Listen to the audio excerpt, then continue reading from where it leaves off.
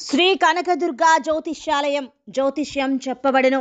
ప్రేమ సమస్యలు, పెళ్లి సమస్యలు, భార్యాభర్తల గొడవలు, విద్య, ఉద్యోగం, వ్యాపారం, కుటుంబ ఆర్థిక సమస్యలు, నరదిష్టి, నరఘోష సమస్యలు, సంతాన సమస్యలు, స్త్రీ పురుష వశీకరణం, గ్రహ సమస్యలు, బాలగ్రహ పీడకలలో ఎటువంటి సమస్యలకైనా 100% పరిష్కారం చేయబడును.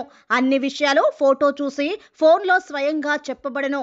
గురువు గారికి నమ్మకంతో కాల్ చేయండి. గురూజీ రామరాజు 9000442025. హాయ్ ఫ్రెండ్స్, అందరికీ నమస్కారం అండి.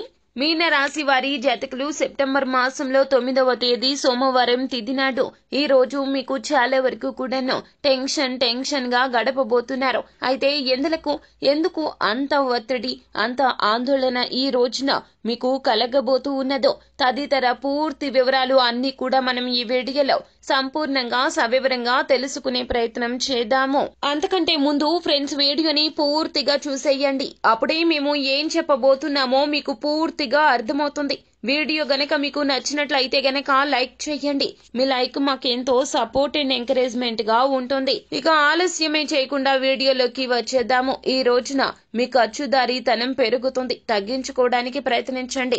డబ్బును వృధా ఖర్చులకు ఉపయోగించవద్దు.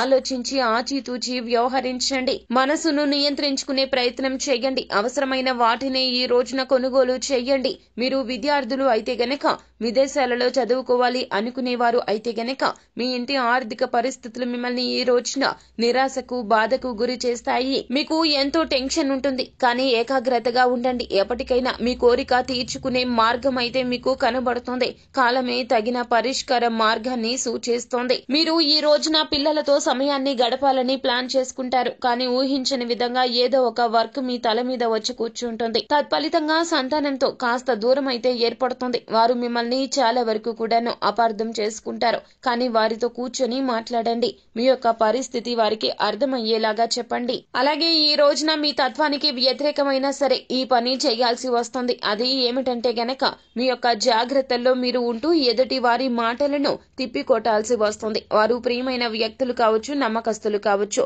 వారు ఇచ్చే సలహా మీకు నచ్చకపోవడం రీత్యా మీరు వారికి చాలా వరకు కూడాను దూరంగా ఉండే ప్రయత్నం చేస్తారు. ఈ రోజున వారిని అవాయిడ్ చేసే ప్రయత్నం చేస్తారు. కానీ ఈ విషయంలో మీరు ఏమాత్రము కూడా బాధపడాల్సిన అవసరం లేదు. వారు మీకు ప్రియమైన వారు. వారికి అర్థమయ్యేలాగా చెప్తే అంతా అర్థం చేసుకుంటారు. అలాగే ఈ రోజున మీ యొక్క జీవిత భాగస్వామితో కూడా కాస్త మీకు అలజడిగానే ఉంటుంది. ఇంట్లో టెన్షన్ మూడ్ ని ఇస్తుంది. అలాగే ఈ రోజున ప్రయాణం చేయాల్సి వస్తుంది. అది ఉద్యోగ రీత్యా కావచ్చు, లేదా వ్యక్తిగత కారణాల రీత్యా కావచ్చు. ఈ యొక్క ప్రయాణం మిమ్మల్ని చాలా వరకు కూడాను జీవితంలో ముందుకు తీసుకెళ్తుందనే చెప్పాలి. భవిష్యత్తులో మీకు ఈ ప్రయాణ రీత్యా ఫలితాలు బాగుంటాయి. కానీ ఈ రోజున ప్రయాణం చేసేటప్పుడు కాస్త అననుకూలత కనిపిస్తుంది. కుటుంబ పరంగా కూడాను మీకు అస్సలు సానుకూలత కనిపించదు. కానీ అనుకున్నది అనుకున్నట్లుగా చేయండి. నిస్వార్థంగా మీరు చేసే పని ఖచ్చితంగా వారు అర్థం చేసుకోగలుగుతారు. అలాగే ఈ రోజున కుటుంబ వాతావరణం కాస్త అప్సెట్ గా అనిపిస్తుంది. కావున మీకు మానసికంగా కూడాను కాస్త అలజడిగా అనిపిస్తుంది. భగవంతునిపై భారం వేయండి. మీరు చేసే పనులు అస్సలు పోస్ట్ పోన్ చేయొద్దు.